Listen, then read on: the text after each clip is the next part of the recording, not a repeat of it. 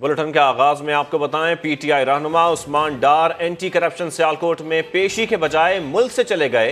महकमा anti corruption जराये का कहना है कि उस्मान डार मुल्क से फरार होने की इत्तला मिली है। वो पहले भी 3 बार बुलाए जाने के बावजूद पेश नहीं हुए। इसी हवाले से बात करेंगे, जहांगीर खान हमारे साथ मौजूद हैं। जहांगीर, जाना कहीं और था, मुल्क छोड़कर चले गए, अब क्या किया जा रहा है इस सिलसिले में?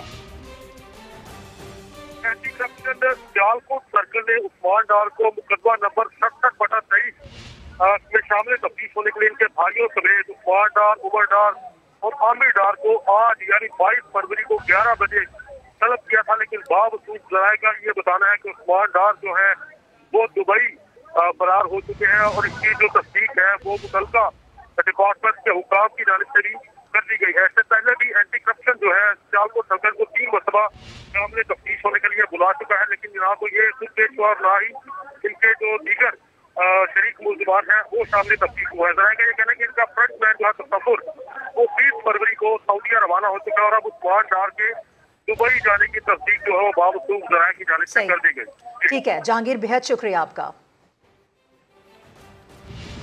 खबरों के सिलसिले को आगे बढ़ाएंगे। आपको बताएं कि सुप्रीम कोर्ट ने साइफर की तहकीकात के लिए दायर तीनों अपीलें मुस्तरद कर दी हैं। जस्टिस काजी फाइज ईसा ने रिमार्क्स दिए कि क्या बतौर वज़ीर आज़म इमरान खान ने मामले पर तहकीकात का कोई फैसला किया? वज़ीर आज़म के मातहत तमाम अथॉरिटीज़ होती हैं। बतौर वज़ीर आज़म इमरान खान के पास तहकीकात करवाने के तमाम इख्तियारात थे। वज़ीर आज़म अपने इख्तियारात इस्तेमाल करके दुनिया से ताल्लुकात ख़त्म भी कर सकते हैं। साइफर के मामले में अदालत क्या करे? अदालत ने कहा कि तहकीकात करवाना इलेक्शन कमीशन का काम है, जिसका काम है उसको करने दिया जाए।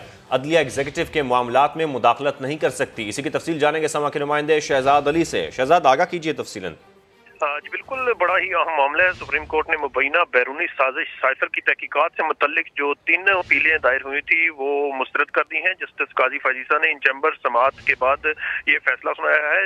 जस्टिस फाइज ईसा ने ये कहा कि जिस वक्त साइफर आया उस वक्त वज़ीर आज़म कौन था, जिस पर जो है वो दरख्वास्त गुज़ार की जानिब से बताया गया कि उस वक्त वज़ीर आज़म जो है वो इमरान खान थे। तो उन्होंने कहा कि वज़ीर आज़म के पास जो है वो मुकम्मल अथॉरिटी होती है। क्या बतौर वज़ीर आज़म इमरान खान ने इस हवाले से कोई तहकीकात करवाई है? वज़ीर आज़म के तहत तमाम अथॉरिटी थी। इस साइफर के मामले पर अदालत क्या कर सकती है?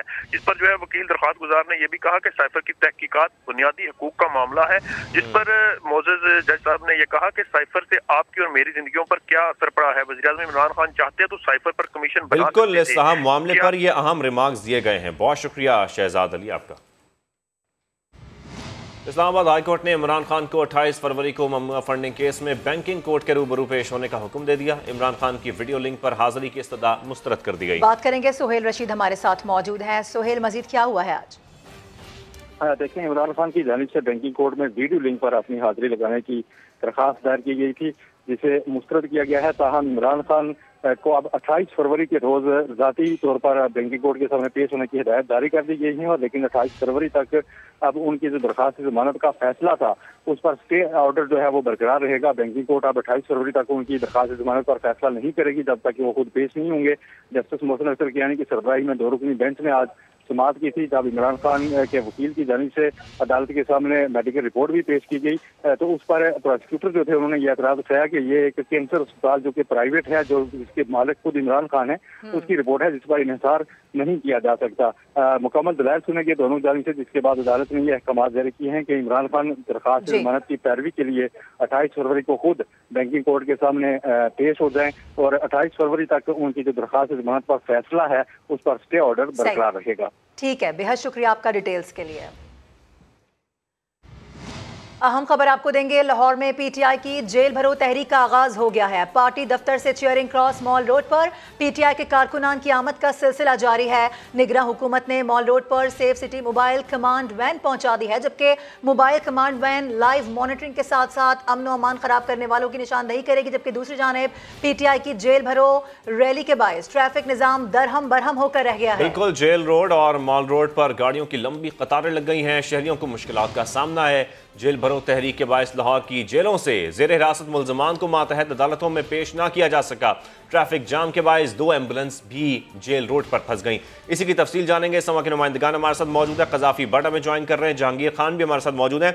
कज़ाफी, पहले तो आप बताइएगा, क्योंकि हम देख रहे हैं कि मुश्किलात का सामना भी है शहरियों को, और जैसा कि बताया जा रहा है कि मॉल रोड की बात करें, जेल रोड की बात करें, यहाँ पर ट्रैफिक का निजाम भी तरम बरम हो गया। क्या सूरत हाल है इस वक्त? बिल्कुल जी, निजाम जो है वो बड़ी बुरी तरह दरहम बरहम है।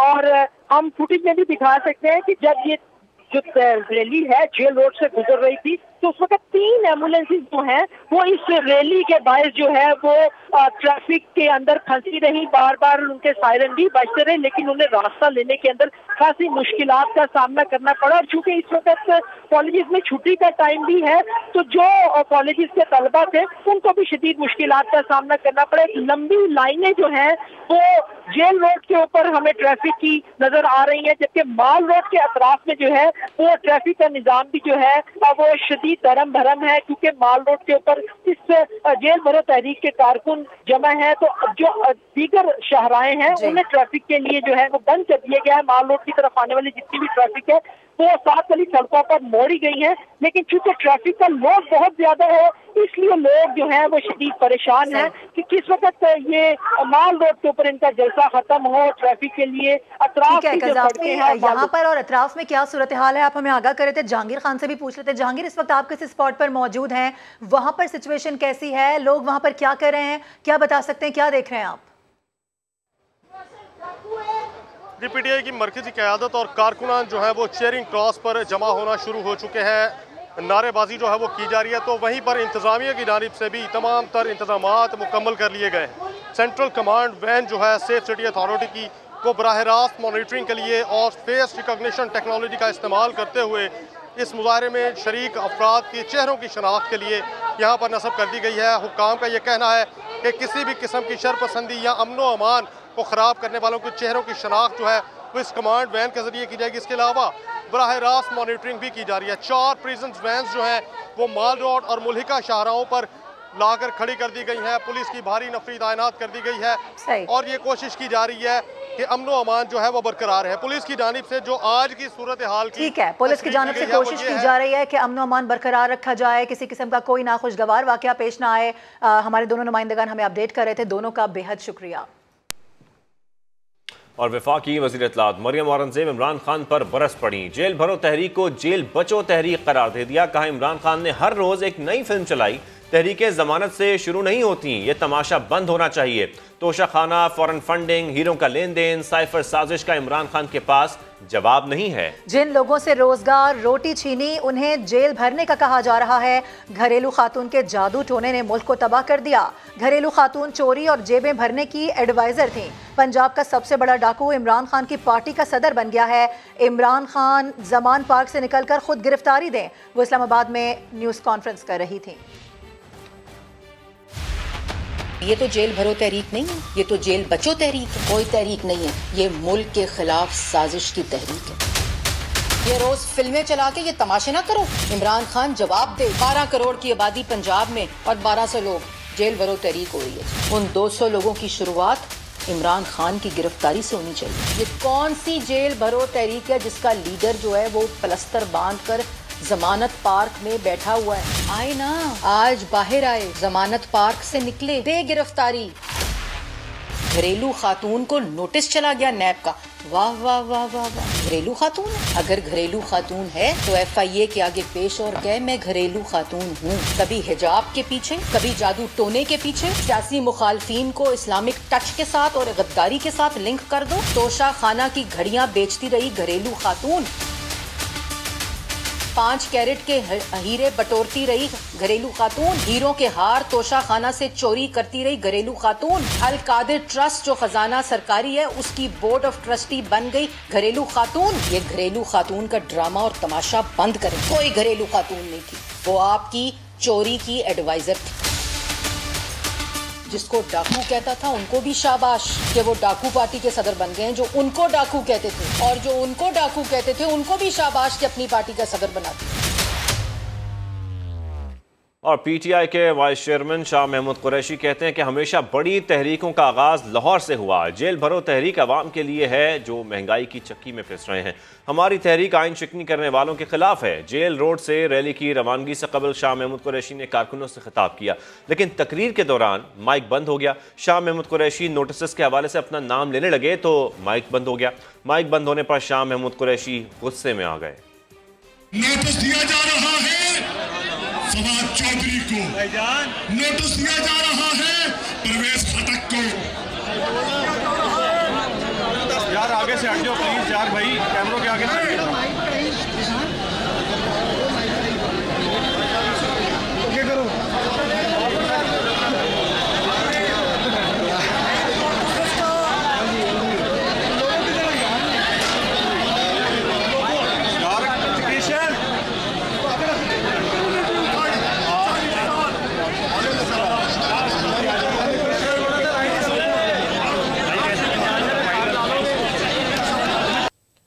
वफाकी वजीर ख्वाजा साद रफीक कहते हैं कि इमरान खान खुद जमानतें करा रहे हैं और साथियों को कहते हैं कि जेल जाओ। इमरान खान पर किसी को एतबार नहीं। इमरान खान जिनको गालियां देते हैं जरूरत पड़ने पर उन्हें सर पर बिठा लेते हैं। पीटीआई वालों को परवेज इलाही मुबारक हो।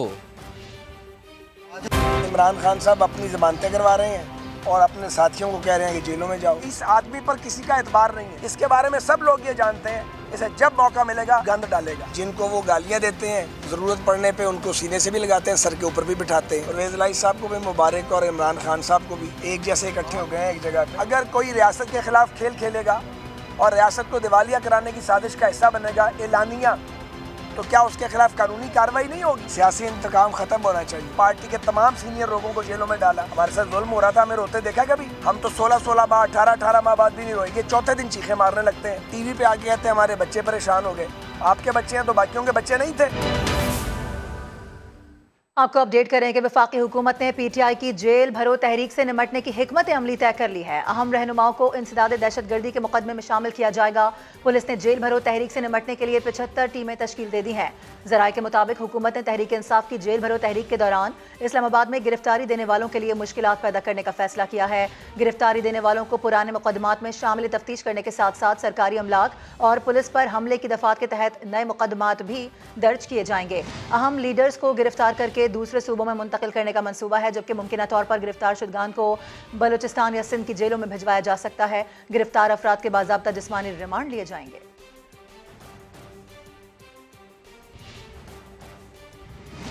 पंजाब हुकूमत ने मॉल रोड पर पहुंचने वालों की गिरफ्तारी का फैसला कर लिया। जिले इंतजामिया की जानब से मॉल रोड पर दफा 144 नाफिज है। पुलिस की भारी नफरी और सादा कपड़ों में एहलकारों की ड्यूटियां लगा दी गई। गिरफ्तार कारकुनों को मियांवाली और डेरा गाजी खान की जेलों में मुंतकिल किया जाएगा। जराये के मुताबिक पुलिस को आंसू गैस शेल भी मुहैया कर दिए गए, जबकि रेंजर्स और FC को स्टैंड बाय रखा गया है। और पीटीआई रहनुमा फवाद चौधरी कहते हैं कि आज से एक गैर मामूली और मुनफरिद तहरीक का आगाज हो रहा है। लाहौर शहर आज आइन की बहाली, इंसानी हुकूक और माशी हुकूक के लिए मेजबान बनेगा। तहरीक इंसाफ के लीडर और कारकुनान खुद को जेल भरो तहरीक में गिरफ्तारी के लिए पेश करेंगे। और वफाकी वजीर IT अमीनुल हक कहते हैं कि जेल भरो तहरीक के नताइज कभी नहीं निकलते। इमरान खान फवाद चौधरी के बजाय दूसरे रहनुमाओं की बातों पर कान धरा करें। सदर पाकिस्तान को इलेक्शन की तारीख पर इलेक्शन कमीशन से मुशावरत करना चाहिए थी। सदर अपने मनसब का एहतराम कराएं और खुद भी करें। जेल भरो तहरीक की कोशिशें माजी में भी की गईं जो कामयाब नहीं हुई। जहाँ तक जेल भरो तहरीक का ताल्लुक है, मैं समझता हूँ इस तरह की माजी में भी कोशिशें की गई हैं, हम कभी भी कामयाब नहीं हुए। इमरान खान साहब पीटीआई को मशवरा है कि वो फवाद चौधरी की बात सुनने के बजाय मेरा ख्याल अपने दाएं बाएं लोगों को तलाश करें कि कौन है जो जमहूरी रवायत के मुताबिक आगे बढ़ना चाहता है। सदर साहब को कुछ ही देनी थी इलेक्शन के डेट के हवाले से, तो उन्हें मशावरत का अमल करना चाहिए। मशावरत किससे करनी चाहिए थी? इलेक्शन कमीशन ऑफ पाकिस्तान से करनी चाहिए थी। कि उन्हें कौमी असम्बली में आना चाहिए, अपनी आवाज़ असम्बली में बुलंद करना चाहिए। जमहूरी तरीक़ाकार भी ये, लेकिन उस वक्त उन्होंने इस्तीफे पर गौर किया और उसके बाद यू टर्न दिया। कराची से पीटीआई के खात्मे का आगाज हो चुका है और ये खात्मे का आगाज जो कराची ने शुरू किया है ये पूरे पाकिस्तान तक फैलेगा। मैं इस बात का पूरी उम्मीद रखता हूँ कि आसिफ अली जरदारी साहब एक बड़ी सियासी पार्टी के बड़े रहनुमा हैं। उनके विजन के मुताबिक जो मसाइल हैं MQM के साथ उसको हल कर लिया। ग्रैंड पॉलिटिकल डायलॉग होना चाहिए, तमाम सियासी पार्टियों को आपस में बैठना चाहिए। जो मुल्क में अमान की सूरत हल हो गई है। और अब आपको बताएं, वज़ीर आज़म शहबाज शरीफ आज वज़ीर आज़म हाउस में प्रेस कॉन्फ्रेंस करेंगे।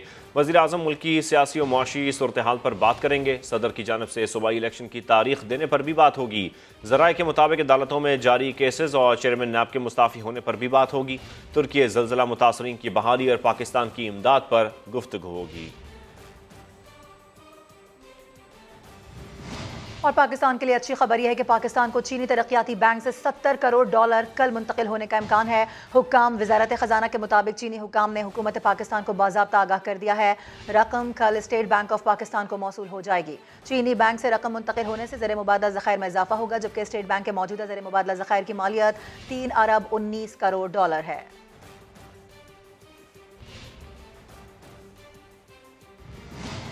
और आपको खबर दें, पाकिस्तान और IMF हुक्काम के दरमियान आज शाम वर्चुअल मुज़ाकरात होंगे। IMF से पावर सेक्टर के मसाइल और ज़र मुबादला ज़खायर पर बातचीत होगी। आपको बताएं, पाकिस्तान और IMF हुक्काम के दरमियान आज शाम वर्चुअल मुज़ाकरात होंगे। इसके साथ साथ गवर्नर स्टेट बैंक, सेक्रेटरी ख़जाना वर्चुअल मुज़ाकरात में ब्रीफिंग भी देंगे। इसी की मज़ीद तफसील जानेंगे। समा के नुमाइंदा ख़ुसूसी शकील अहमद हमारे साथ मौजूद हैं। शकील, क्या तफसील है इन मुज़ाकरात की? देखिए, पाकिस्तान और IMF के दरमियान तकरीबन मामला तय पा चुके हैं। हुकाम का ये कहना है कि स्टाफ लेवल एग्रीमेंट चंद रोज में हो जाएगा, लेकिन एक दो ऐसे इश्यूज हैं जिन पर अभी हतमी मामला तय पाने हैं। एक पावर सेक्टर में IMF का मुतालबा है कि मजीद सरचार्ज ऐड किया जाए और ज़र मुबादला ज़खायर जो 30 जून तक उसकी फिगर होगी उस पर अभी सेटलमेंट होना बाकी है। गवर्नर स्टेट बैंक और सेक्रेटरी खजाना वर्चुअल मुज़ाकरात में आज शिरकत करेंगे और IMF हुकाम को ब्रीफिंग देंगे। मुज़ाकरात में स्टेट बैंक के ज़र मुबादला ज़खायर बढ़ाने के लिए फाइनेंसिंग प्लान पर बातचीत होगी। चीन से कर्ज की रीफाइनेंसिंग जो अभी मंजूर हुई है तकरीबन $700 मिलियन, उसके बारे में आगाह किया जाएगा और दीगर इन अहम मामलात पर वर्चुअल मुज़ाकरात आज होंगे। बहुत शुक्रिया आपका शकील अहमद। खैबर पख्तूनख्वा और पंजाब असम्बली के आम इंतखाबात पर इलेक्शन कमीशन में आज फिर बैठक होगी। सदर मुमलिकत की तरफ से 9 अप्रैल की तारीख पर मुशावरत होगी। इलेक्शन कमीशन ने कानूनी निकात पर मुशावरत के लिए अटॉर्नी जनरल को भी बुला रखा है। गुज़श्ता रोज़ इलेक्शन कमीशन की बैठक में अटॉर्नी जनरल और दीगर कानूनी माहिरीन से रहनुमाई लेने का फैसला हुआ। एलामिया में कहा गया कि इलेक्शन कमीशन दबाव के बगैर आइन और कानून के मुताबिक फैसले करता रहेगा। 90 दिन में इलेक्शन कराने को तैयार हैं, मगर आइन और कानून में कहीं भी नहीं लिखा कि इंतखाबात की तारीख इलेक्शन कमीशन देगा। मजाज अथॉरिटी की तरफ से तारीख मिलने के बाद शेड्यूल देकर इलेक्शन कराने के पाबंद हैं।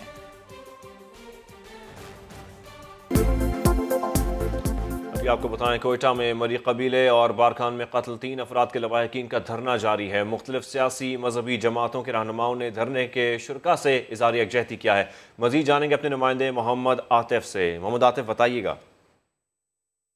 जी बिल्कुल, 18 घंटों से ज़ायद का वक्त गुजर चुका है। कोयटा के रेड जोन में सानिया बारखान के खिलाफ मरी कबीले के अफराद और जो 3 अफराद कत्ल हुए थे उनके लवाहिकीन का धरना मैयतों के हमरा ताहाल जारी है। मुतालबात उनके वही हैं कि सूबाई वजीर सरदार अब्दुर्रहमान केतरान, जिनको इस कत्ल में नामजद किया गया है, उनको गिरफ्तार किया जाए, उनकी सूबाई असम्बली की रुकनीत मुअत्तल की जाए और इसके साथ साथ उनके खिलाफ दहशतगर्दी के दफात के तहत जो है मुकदमा दर्ज किया जाए।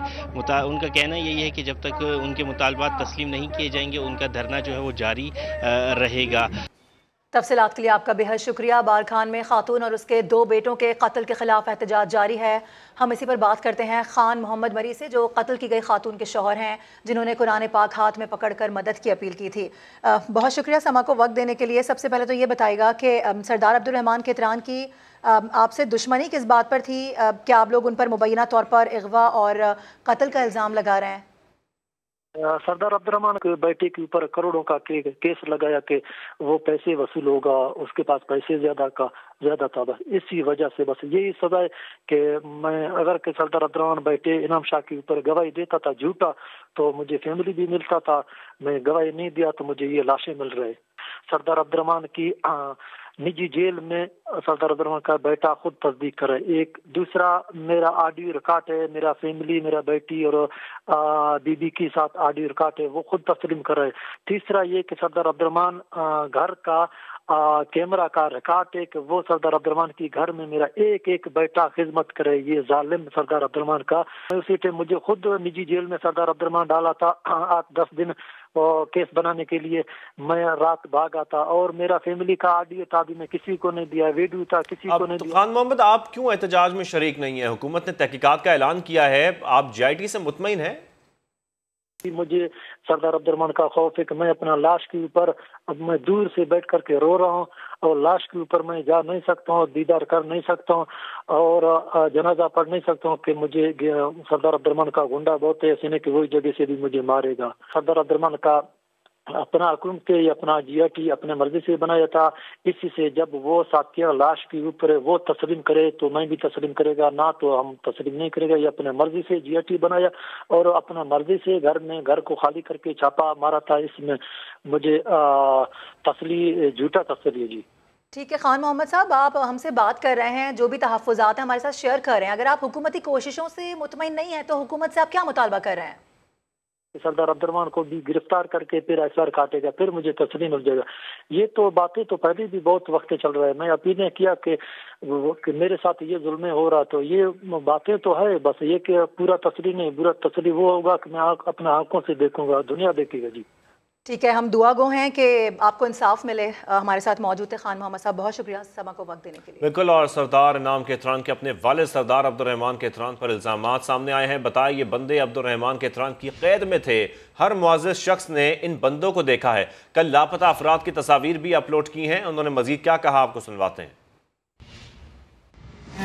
हर फोरम पे आके ये क्लैरिफाई करने के लिए, सफाई देने के लिए तैयार हूं कि मैं किसी भी तरह से, किसी भी तरीके से इस मामले में इन्वॉल्व नहीं हूं, और अगर वाकई में इन्वॉल्व होता तो मैं इस मामले को कभी भी हाईलाइट ना करता। ये मैं आज से नहीं, बहुत अरसा पहले से मैं इस मामले को हाईलाइट कर रहा हूं। जब से ये बंदे सरदार अब्दुर्रहमान की कैद में हैं, उसकी खातिर तवाज़ो इसके घर में हर खतरान के, हर वडेरे, हर मुहज़िब बंदे ने इनको काम करते हुए सरदार अब्दुर्रहमान खतरान के घर में देखा है। और उस चीज का जीता जागता सबूत जो कल मैंने पिक्चर्स अपलोड किए हैं, आपकी छोटी बच्ची को उसका छोटा बेटा सतार उठा के घूम रहा है उसकी खातिर, तो आप इसको कैसे, अब्दुर्रहमान आप मुझे बताओ, आप इस चीज का जवाब कैसे दोगे? आगे बढ़ेंगे, आपको अपडेट करें कि वफाकी काबीना अरकान ने सरकारी किफायतशारी मुहिम में हिस्सा लेने का फैसला किया है। ये फैसला वफाकी काबीना के इजलास में सामने आया। बिल्कुल, वज़ीर आज़म ने काबीना अरकान के फैसले को सराहा है। इसी पर मजीद बात करेंगे। उस्मान खान हमारे साथ मौजूद हैं। उस्मान, बताएगा क्या फैसले किए गए हैं?